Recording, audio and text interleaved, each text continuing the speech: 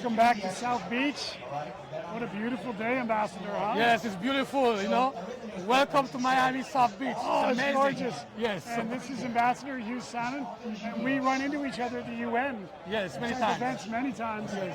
And such a pleasure to see you here. You've always got such a great presence. Yes. And I love to hear you speak. So it's a real honor to be able to interview you here for a while. We are at the Family Office Forum in South Beach in Miami with Art BitBasel and Future House. And of course, we're Conscious Capital Foundation. And I'm going to come right in with you because I know you do so many amazing things in the world. Tell me what right now is in your heart that is the biggest issue in our world today. Well, thank you for the invitation. I'm glad to be at BitBasel event. There's hundreds of investors, business persons, politicians, all this. This is where you need to be from today until the next 2 days. So my name is Hugues Sanon. I am the Special Envoy of International Relations for the Council for Justice, Equality and Peace. For the past 25 years, I've traveled to many countries in the world, ensuring that I've helped advancing peace and sustainability. So I've been to many countries in Africa, many countries in Latin America, many countries in the world, Switzerland, you name it, Guatemala, Nicaragua, Honduras, San Salvador, Geneva, Switzerland, France, some countries in Africa, Haiti, Dominican Republic, and you name it. So I have great connection with the Latin American countries and leaders from many countries in the world.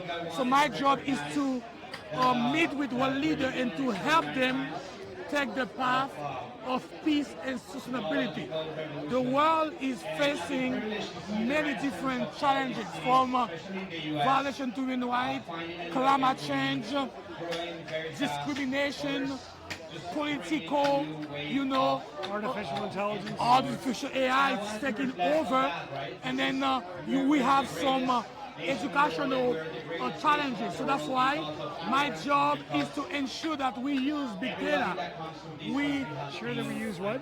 Big data. We use to ensure that, because if we have big data on education, we will know exactly what program should we put in our school to ensure that the students know how to go about the way the world is evolving right now. You know. So that's a really big subject. This is a very big subject. Big. And when you talk about doing that on a global basis, where do you start?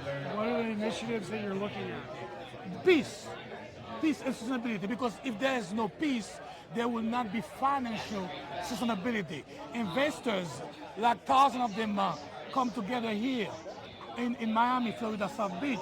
So if there's war in the Latin America countries like now, there's a little misunderstood between USA and Venezuela. So what you need to understand, my job is to ensure other states do not do interference in other countries, because every country have their own culture, have their own language, have their own way to do things. So is that possible in this world where we're so interconnected? When you say not get involved in their state, tell me more about where you think those boundaries are, because that's really the key, isn't it? Yes. So the world is connected, but there should be boundaries, So because you cannot force someone, to accept your culture. So that's the boundaries here, Of course. It's a lot about, in that sense, that boundary is first about acceptance of difference. Acceptance of different culture is the culture diversity. So I may not understand you, but that's because you're different. It's not because you're right or wrong. Exactly. You may not understand me, not because I'm the bad guy. It's because we have different culture. So you should, as we evolve, we're doing trade together, we're doing business together, we connect together, but you need to respect my language. You need to respect my culture. This is the boundary. So unless we come to that understanding, there will always be challenge, there will always be war, because we want other countries to accept our political understanding, to accept our language, to accept our culture. No. Every country, there's about 193 countries in the world. Each of them have different language. Some of them, some countries in Africa won't have like 5,000-6,000 languages.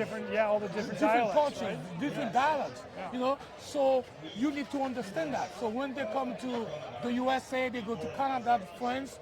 So you need to do not discriminate this person because of the culture, because of the language, because of the look.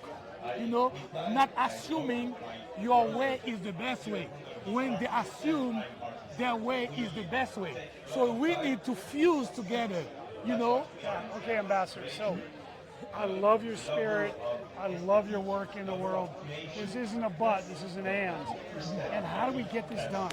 Like, how do we really change? Because when we look at the arc of humanity, and the way our species have repeated stupid human tricks, right? We're not headed in a very good direction right now, especially with the artificial intelligence, you know, and how we use that, because that could scale our differences off a cliff and magnify it. So how do we really get into making systemic change so people understand and respect? You just got the answer. Systemic change will happen through respect and love and consciousness. It's that simple. It's simple. Why don't we do it? Because we want to impose people our way. You know, So we how do want we to get be the people to main stop? leader. We want to be the one to have the whole power. You know, so we Over this way a need little bit, Ambassador. consciousness. We need love and peace and conscience. So we need to know that we must love each other. If I love you, I will accept you the way you are. No matter how you look, no matter what language you speak, no matter your financial stability, if I love, if I respect you, so I will accept you the way you are. So in order for us to have systemic change, we need to accept one another. We need to love one another. And it all begins right here, doesn't it? It's begin within. Because you personify that. Every time I see you in the halls of the UN or at these beautiful gatherings, your spirit speaks that loudly. Exactly. Not just your words. Thank you so very It's much. what you carry. Yeah, so we need to unite. We cannot unite without love, without consciousness. So in order for us to stop war is to understand our boundaries. Cultural diversity, language, political, understanding, political ideology, you need to respect that as we doing trade together, as we connecting the world together, we need to connect it with culture. How do we, you've seen all the different worlds. I think we're being told to come this way a little bit towards me, Ambassador. Thank you. You've seen so many different worlds. You've seen so much bad, I'm sure, and so much good in the world. And you still have not been tainted by that because your spirit is hopeful and pure. So thank you for that, first of all. Thank you. I really appreciate that because, as you know, leaders carry themselves with their spirit first and their words second. You do that beautifully. Thank you so very much. So thank you for the privilege and for the opportunity to speak at your great platform. So in order for us to get to peace and sustainability, we need to take the word of love and consciousness. We need to respect cultural diversity.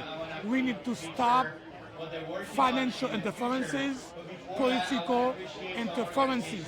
We need to stop to go to other countries and steal their gold, steal their wife, steal the natural resources and expecting them not to fight back. They will fight back, So that's why if we know our boundaries, we respect one another, we love one another. I am sure it's not impossible. There will be sustainability and love and peace in the world. Thank you so very much. I love that. I love that too. Thank you. Thank you, and it's always such a pleasure to see you. Thank you. And I mean this sincerely. You carry this so beautifully. Thank you. Thank you so very much. Thank you. It's my honor. Yes.